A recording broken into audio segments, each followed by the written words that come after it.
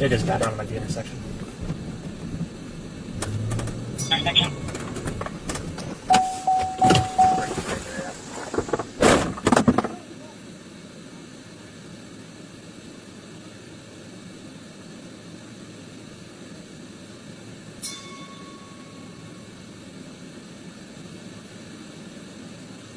Her body lay collapsed in the corner of a dimly lit shopping plaza, blue and red lights flashing across her still frame.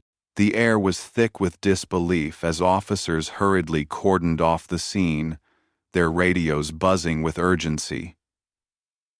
The woman on the ground was no ordinary victim. She was Rashida Williams, known to the world as Coco the Doll, a rising artist whose fierce authenticity had just been celebrated at the Sundance Film Festival. Hours before, she had been alive, smiling, and filled with dreams of a future she believed was finally within reach. But now, her name was carried in whispers, spoken between sobs as candles flickered against the night breeze. How could someone who represented hope for so many end in such brutal silence? Who pulled the trigger that ended her story, and why? To understand how Coco's journey collided with tragedy on that April night, we must step back to the life she lived and the shadows she unknowingly walked beside. On the 18th of April, 2023, the Holmes Plaza shopping center in southwest Atlanta should have been like any other night. Storefronts dimmed their lights, traffic thinned, and the hum of the city softened into routine silence. But at 10:45 p.m., that silence was broken by the crack of gunfire. Witnesses later said it came from near the parking lot, sharp and sudden, followed by the desperate cries of someone collapsing to the ground. When police arrived, they found Coco unresponsive. Within minutes, the scene transformed into a mosaic of chaos. Yellow tape stretching across the lot, neighbors watching from behind barricades, and investigators combing the ground for shell casings that glinted faintly under the streetlights. It didn't take long for word to spread. The victim was Kokomo City's breakout star, the woman who had become a beacon of courage for Black transgender women. The disbelief was palpable, but before she became a headline in Atlanta's evening news, Coco was a woman carving her path in a world that often left little space for someone like her. Born Rashida Williams, she grew up learning the unspoken weight of existing as a Black transgender woman. Prejudice shadowed her from the very beginning, yet she refused to let the world dictate who she could be. She embraced art, music, and performance as her liberation. These weren't just hobbies. They were survival. They were how she could speak her truth when so many tried to silence her. By 35, Coco's voice had begun to carry farther than she ever dreamed. When the documentary Kokomo City premiered at Sundance in January 2023, it wasn't just the film that won awards. It was her story, her resilience. People who had never known her before saw her on screen and felt her raw honesty, her humor, her strength. She wasn't trying to be a symbol, but she became one anyway. Behind the glow of success, however, Coco lived in the same reality she always had a reality, where violence against transgender women was not rare, but frighteningly common. She once told friends that every night she stepped outside, she carried both pride and fear in equal measure. And on that April night, the collision of those two forces found her. According to investigators, surveillance footage captured Coco speaking with a young man outside the plaza not long before the shooting. Witnesses recalled tension, a conversation that seemed to escalate. Within moments, it turned deadly. The man fled. Coco fell. The suspect was soon identified as 7-year-old Jermarcus Jernigan. The revelation shocked many not only because of his age, but because no one seemed to know what truly connected him to Coco. Was it chance? A brief encounter? Or something longer, hidden in the folds of her private life? Even those closest to her admitted they had no answers. Police began piecing together every step that led to the plaza that night. They examined Coco's phone, her recent calls, her texts. They canvassed the area, pulling every possible angle of surveillance footage. Patterns emerged. A young figure, barely more than a boy, appeared in multiple frames. The timeline grew sharper, but the motive, that elusive why, remained out of reach. Some whispered it was a hate crime, that Coco's very identity had made her a target. Others speculated it was personal. A conflict turned fatal. There were even those who feared it was both a clash of intimacy and prejudice, the kind that rarely leaves survivors. As Jernigan turned himself in days later, charged with murder, aggravated assault, and possession of a firearm, the community's grief only deepened. Justice might come through the courts, but no sentence could answer the question on everyone's lips. Why did a teenager pull a trigger on a woman who had only ever tried to live as herself? At Coco's memorial outside the plaza, her friends stood in silence, some lighting candles, others clutching photos. They spoke of her laughter, her encouragement, her unshakable belief that life was worth living openly. Yet that very openness seemed to have drawn danger close. The stark truth is that Black transgender women like Coco face disproportionate violence across the United States. For every success, for every spotlight, there are risks magnified by prejudice and stigma. Coco had once said that art was her freedom, but freedom alone was never enough to shield her. And so, what began as a night filled with ordinary routines ended as a scene of extraordinary loss. A rising artist's journey was cut short not by fate, but by a gun in the hands of someone far too young to understand the permanence of his actions. Still, questions echo. Was Coco's death avoidable? Was it simply the result of crossing paths with the wrong person at the wrong time? Or was it the product of something larger, a society where transgender lives are too often treated as expendable? The answers remain as haunting as the silence she left behind. The news of Coco Doll's death spread like wildfire through Atlanta and far beyond. Within hours, social media feeds filled with tributes, videos of her laughing during interviews, and clips from Kokomo City, the documentary that had just made her a face of resilience. But alongside the mourning came something else. Confusion. People wanted answers, and they wanted them fast. Why had someone killed a woman who, to many, was just stepping into her prime? Detectives knew that the window between a crime and its investigation was small. Every passing hour made it harder to track suspects, harder to preserve fragile evidence. That night, investigators scoured the plaza. Shell casings were carefully bagged. Surveillance cameras from stores, traffic lights, even nearby gas stations were seized for review. Witnesses were ushered into squad cars, their shaken voices reciting fragments of memory. One woman said she saw Coco speaking with a young man minutes before the gunfire. His body language, she claimed, seemed agitated, tense. Another witness described hearing sharp words exchanged, but could not make out what was said. A third swore she saw him run, his figure swallowed quickly by the dark. Each statement was like a shard of broken glass, jagged, incomplete, but reflecting some sliver of truth. By morning, investigators had stitched together their first hypothesis. The shooter was young, male, and possibly someone Coco had just met. The story began to narrow, though the motive remained invisible. Forensic specialists moved just as quickly.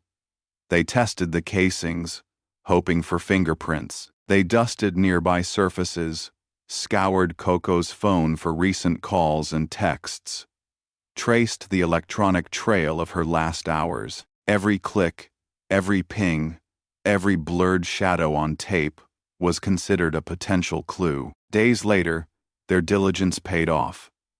A name surfaced.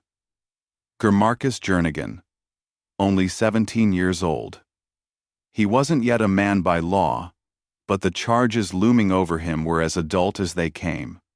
Murder, aggravated assault, possession of a firearm during the commission of a felony. The discovery sent a chill through the community.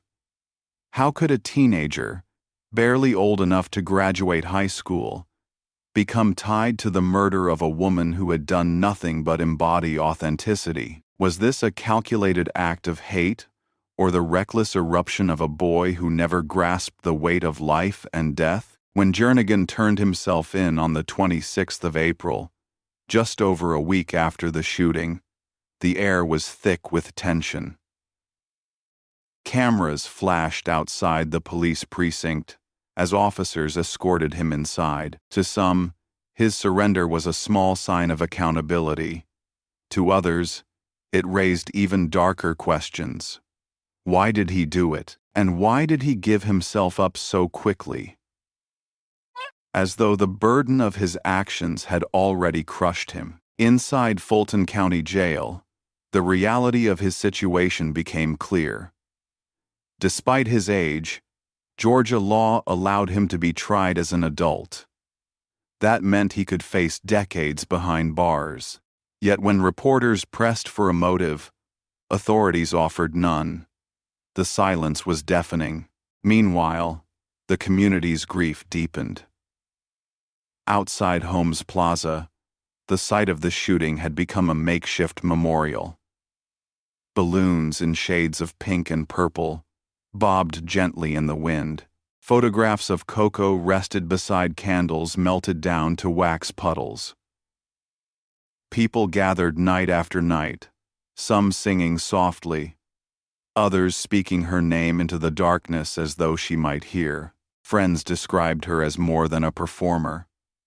She was the person who reminded others to keep going, who cracked jokes to lift spirits, who gave courage just by existing openly. Losing her felt like losing a compass, but beneath the grief simmered outrage. Black transgender women across Atlanta voiced what many already knew but rarely spoke aloud. This wasn't just about one woman. Coco's murder was part of a chilling pattern. Year after year, Black trans women had been found beaten, shot, or disappeared. Their cases too often went unsolved, their lives treated as disposable. Coco had just broken into the mainstream spotlight. She had forced the world to look, to listen, and now she was gone. Investigators kept their focus on Jernigan. They mapped his movements on the day of the crime, interviewed his acquaintances, and scrutinized his digital footprint. Rumors began to spread. Had he known Coco before that night? Was there an argument over money, intimacy, or identity? Theories flourished, but none could be proven. In court filings, prosecutors were blunt. A gun was fired. A life was taken. No justification could erase that fact. But the defense leaned heavily on his youth. 17, they argued, was too young to measure a life against eternity. They painted him as a boy caught in circumstances bigger than himself. For the public, it wasn't enough. Sympathy for a teenager paled in comparison to the grief of losing Coco. Many feared the defense would twist the narrative, turning the victim into a shadow while the perpetrator claimed center stage. Through it all, one question never stopped echoing. What exactly happened in those final moments at Holmes Plaza? Did words turn sharp and tempers flare? Did prejudice ignite violence?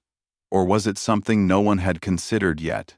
A hidden truth still buried beneath silence. For every candle lit at Coco's memorial, for every post shared in her honor, those questions burned brighter, and until they were answered, peace for her community, her family, and perhaps even for the boy accused would remain out of reach. When the doors of Fulton County Court opened for the first hearings, the room filled with a tension that felt almost tangible. On one side sat the family and friends of Coco Doll, their grief etched in every glance, every tear. On the other, the accused 17-year-old Jermarcus Jernigan, his youth painfully evident in the way his hands trembled when shackled, in the way his eyes darted between lawyers and reporters as though searching for a way out of a nightmare.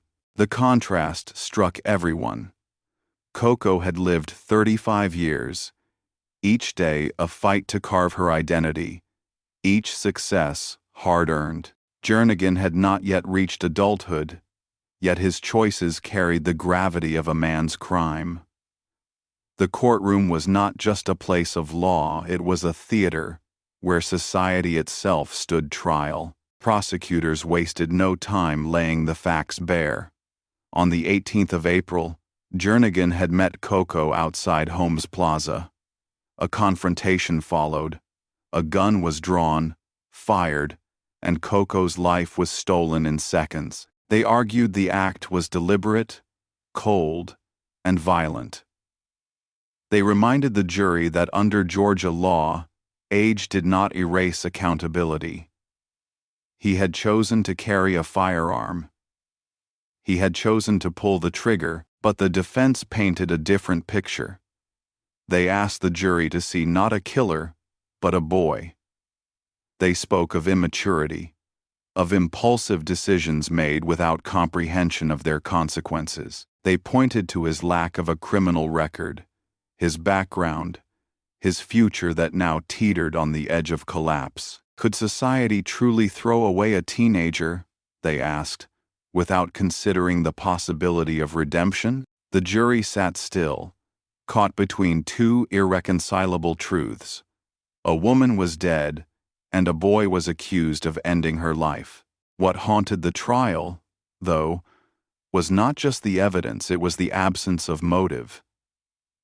Every case hinges on the why, the reason behind the violence. Yet in Coco's case, the why remained a gaping hole. Witnesses testified that they saw words exchanged before the shot. Some suggested it sounded like an argument. Others thought it was a misunderstanding that spiraled too quickly.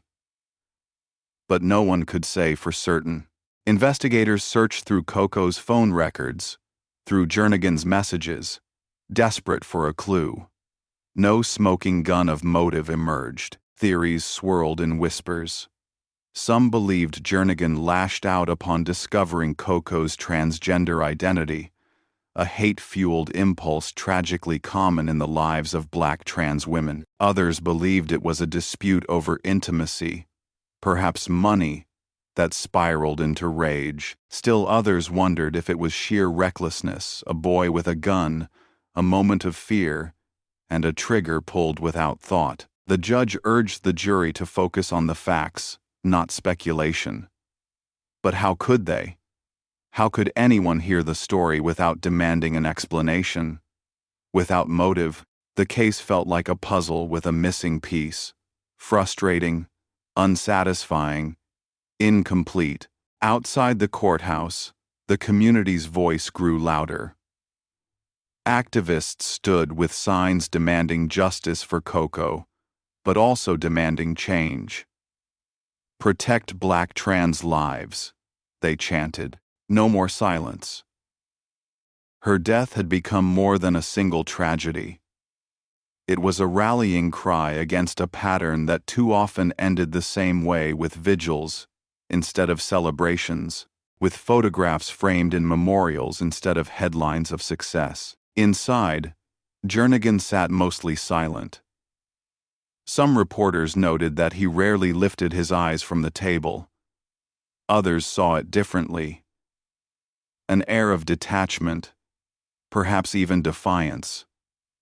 Was it shame? Fear? Or simply the blankness of someone too young to fully understand the gravity of what he had done? The trial moved forward relentlessly. Forensic experts took the stand, confirming that the shell casings matched the weapon tied to Jernigan. Surveillance footage placed him at the scene, his figure flickering across grainy frames. Witness testimony cemented the sequence of events. An encounter, a tense exchange, a shot, and flight into the night. Piece by piece, the puzzle of how came together. But the why remained hidden. As closing arguments approached, both sides delivered words meant to pierce the jury's conscience. Prosecutors emphasized accountability, reminding the court that Coco's life was not theoretical, not symbolic, but real. She had friends, family, dreams. Those dreams had been extinguished, and no measure of youth could excuse the act. The defense, however, leaned heavily on humanity. 17, they repeated. Barely 17. Was it justice to condemn a boy to decades behind bars without the chance to grow, to change, to atone? They asked the jury to consider whether one life lost had to mean another life wasted. When the verdict was read, the room held its breath. Guilty, guilty, guilty. Murder, aggravated assault, possession of a firearm. The sentence would later be revealed. 35 years in prison. A number chosen, perhaps, as a grim symmetry, 1 year for each of Coco's years on Earth.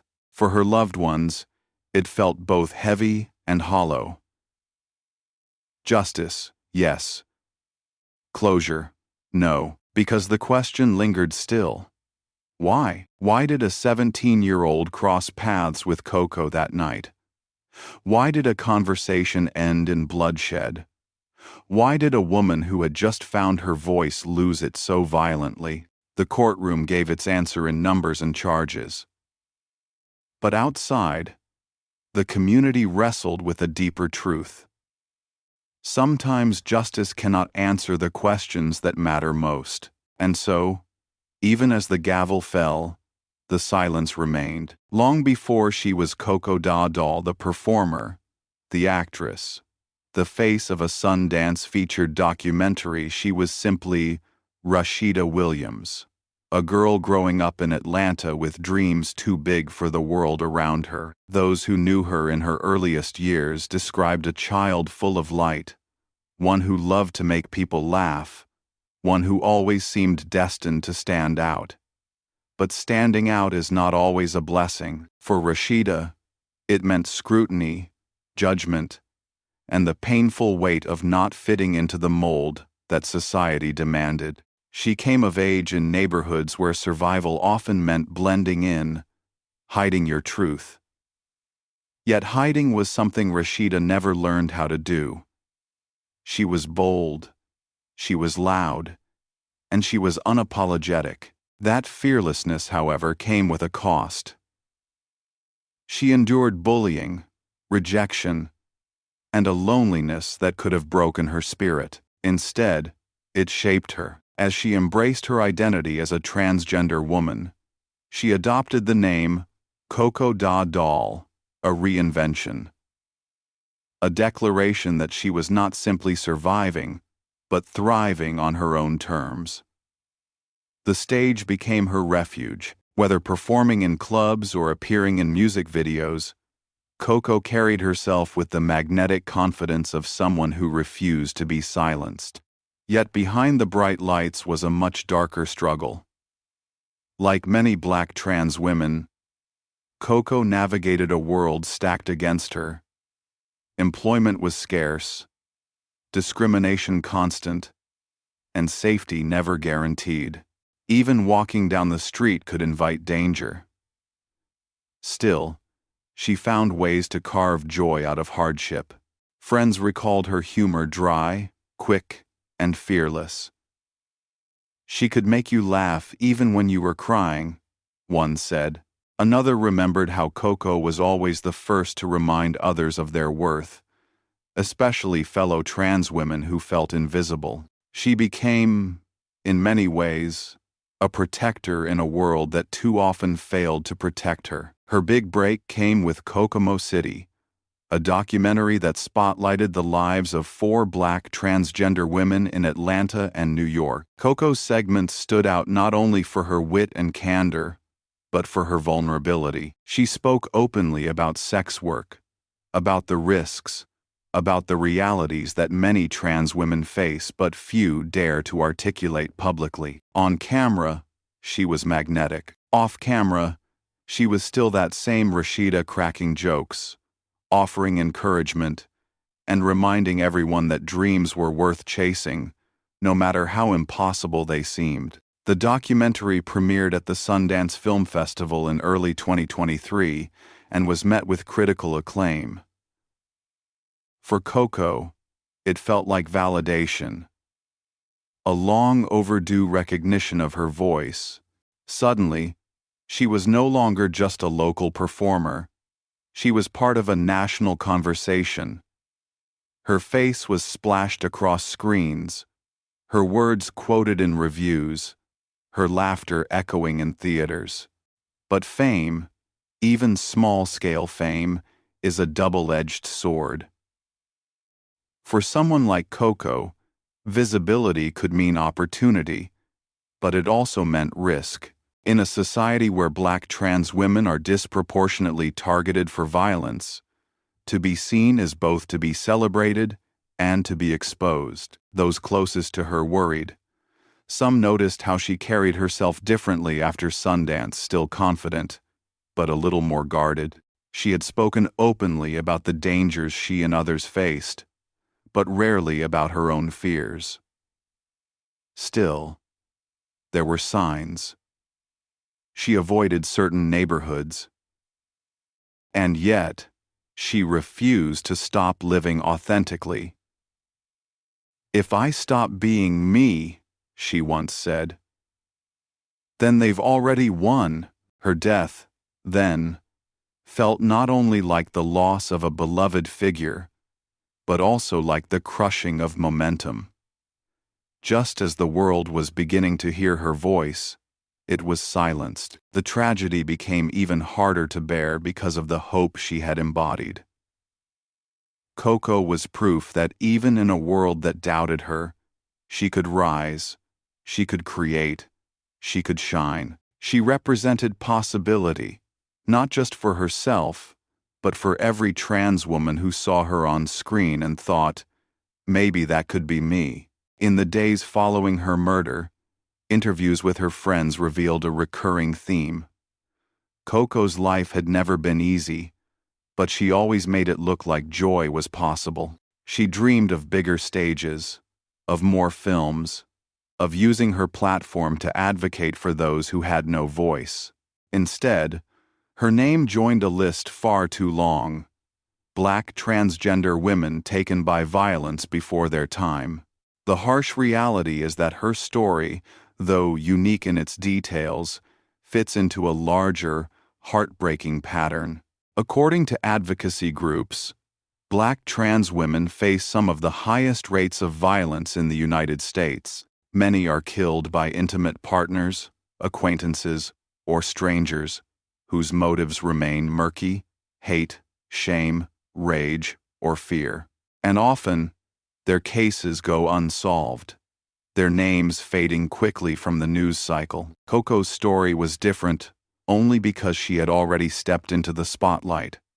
Her murder was not so easily ignored.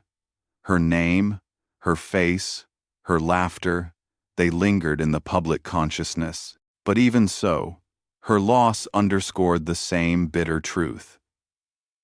Visibility does not guarantee safety. And so, as the community mourned her, a haunting question arose. If even Coco, with her platform and her courage, could not be protected, then what hope was there for those who lived in the shadows, unheard and unseen? Coco Dadal's murder did not happen in a vacuum. It happened against the backdrop of an epidemic, a crisis that has quietly raged in America for years. The numbers are staggering, the stories chilling, and the pattern undeniable. Black transgender women face one of the highest risks of violence of any community in the country. According to the Human Rights Campaign, dozens of transgender and gender nonconforming people are killed every year in the United States. Year after year, the majority of those victims are Black trans women. Many are shot, others beaten, still others disappear under mysterious circumstances never fully explained. Their killers are sometimes strangers, but more often, they are men they knew, partners, acquaintances, men whose shame or anger erupted into lethal force. Coco's story carried headlines because of her fame, but for every Coco, there are countless others whose deaths pass with little media attention. Their lives are reduced to statistics, their humanity lost in the churn of a system that fails them at every turn. Consider the case of Mulasia Booker, a 3-year-old Black trans woman in Dallas. In 2019, she was brutally attacked by a mob in a parking lot, a beating that was caught on video and went viral online. Just a month later, she was found shot to death. Her murder was never solved. Or Dominique Remy Fells, a 27-year-old from Philadelphia, whose body was discovered dismembered in 2020. Friends described her as vibrant, ambitious, full of life. Her killer was eventually caught, but the brutality of her death left scars that ran deeper than any trial could heal. Or Bree Black, 27, killed in Pompano Beach, Florida, in the same year. She was shot outside her home. To this day, no one has been charged. These names, and so many others, form a grim chorus, voices silenced before their time, lives erased by violence that is both intimate and systemic. The reasons are layered. Transgender women of color often live at the intersection of racism, sexism, transphobia, and economic marginalization. Discrimination in housing and employment pushes many toward unstable or dangerous work. Lack of healthcare access leaves them vulnerable, and police departments, historically dismissive of trans victims, often fail to investigate thoroughly, letting killers slip through the cracks. It is within this world that Coco lived, and within this world that she died. She knew the dangers, she spoke of them in Kokomo City. In one interview, she reflected on the risks trans women take just existing openly. We put our lives on the line every day, just by walking out the door. Those words became hauntingly prophetic. What makes Coco's story so devastating is not just that she was taken, but that her fate was tragically predictable. Advocates had been sounding the alarm for years. They warned that visibility without protection meant vulnerability.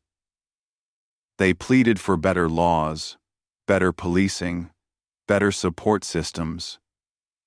Yet the violence continued, unchecked. In Atlanta, where Coco lived, the problem is especially pronounced.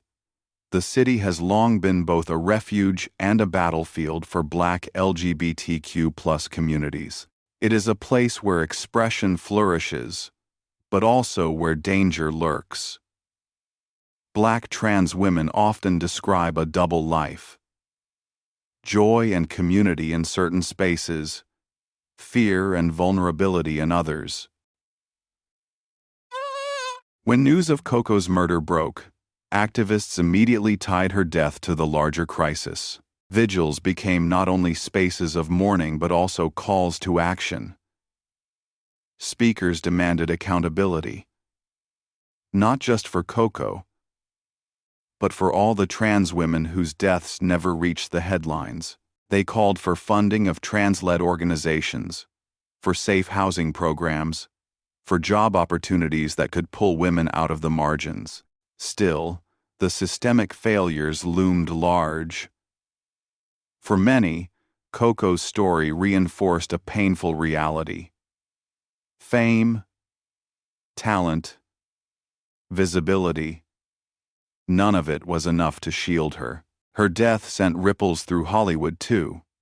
D. Smith, the director of Kokomo City, described Coco as a force of nature, someone who had given everything to the project and expected nothing in return but honesty.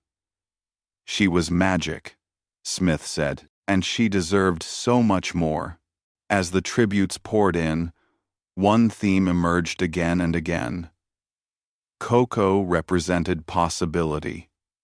She showed that trans women, especially Black trans women, could tell their own stories on their own terms. Her loss, therefore, was not only personal but cultural, a silencing of a voice that had just begun to be heard. But perhaps the harshest truth is this. While Coco's murder drew headlines, the crisis has not slowed. Even after her death, more names have been added to the list of transgender women lost to violence. The cycle continues, relentless and unforgiving. And so the question remains, what will it take to break it? What will it take for the lives of Black trans women to be valued, protected, celebrated, not only in death, but in life? Until those answers are found, the story of Coco Doll will stand as both a tragedy and a warning, a reminder of the cost of society's indifference and the urgency of change. In the months after her death, Atlanta still felt the absence of Coco Doll. The places she once frequented, clubs, film sets, community gatherings, seemed quieter without her presence. Friends said it was like losing the heartbeat of a room. She was the one who cracked the jokes, who lifted spirits, who reminded people to keep moving forward even when the world told them to stop. But grief did not silence her name. It amplified it. At vigils, people held candles and spoke of Coco's courage. At film screenings, her laughter lit up the screen, drawing tears and applause from audiences who now watched her with the weight of hindsight. She became more than a victim, she became a symbol of possibility, of resilience, of the joy that exists even in the harshest realities. Her family remembered her not just as the public figure, but as Rashida, the sister, the daughter, the friend. They spoke of her childhood dreams, her determination, and her fierce love for those around her. For them, justice was bittersweet. The conviction of her killer brought accountability, but it could not bring her back. It could not fill the empty chair at the dinner table, the silent phone that once buzzed with her voice. Her community carried that weight too. For every step toward justice, there was the ache of knowing how preventable her death had been. They asked themselves over and over, if Coco, with her platform, her visibility, her undeniable talent, wasn't safe, who among us is? Yet within that pain grew something else. Resolve. Activists and advocates used her story as fuel, demanding stronger protections for trans women, louder recognition of their humanity, and more resources to prevent the cycle of violence from continuing. D. Smith, the director of Kokomo City, described Coco's legacy in simple but profound terms. She showed the world our truth without shame. That is what will live on, and live on it does. Clips of her from the documentary circulate online, her voice candid and unfiltered. Fans who never met her speak her name with reverence, finding inspiration in her defiance, her humor, her light. In death, Coco became what she had always strived to be in life: unforgettable. But even as her legacy shines, the question of justice lingers. A 17-year-old now serves a 35-year sentence for her murder. For some, that is justice, an acknowledgement that her life had value, that her death demanded consequence. For others, it feels incomplete. No prison term can explain why her life was taken. No conviction can dismantle the system that made her vulnerable in the first place. And so, justice in Coco's case feels like a shadow present, but never whole. Her story leaves us with contradictions, joy and grief, progress and pain, accountability, and unanswered questions. It leaves us with an image of a woman whose life, though cut short, was powerful enough to spark conversations that cannot be ignored. Coco Dadal wanted to be seen, to be heard, to live openly and without apology. In that, she succeeded. And though her voice was silenced, her echo remains a reminder of resilience, of possibility, and of the urgent need to protect those who live their truth against all odds. In the end, perhaps her greatest legacy is this: she made the world listen. And now that we have heard her, the question is whether we will act. Because if her death becomes just another statistic, then the silence wins. But if her life pushes us toward change, then Coco Dadal lives on in every fight for justice, in every trans woman who refuses to hide, and in every heart that carries her memory forward. This has been the story of Coco Dadal. Her rise, her struggles, her murder, and her legacy. A story both heartbreaking and inspiring.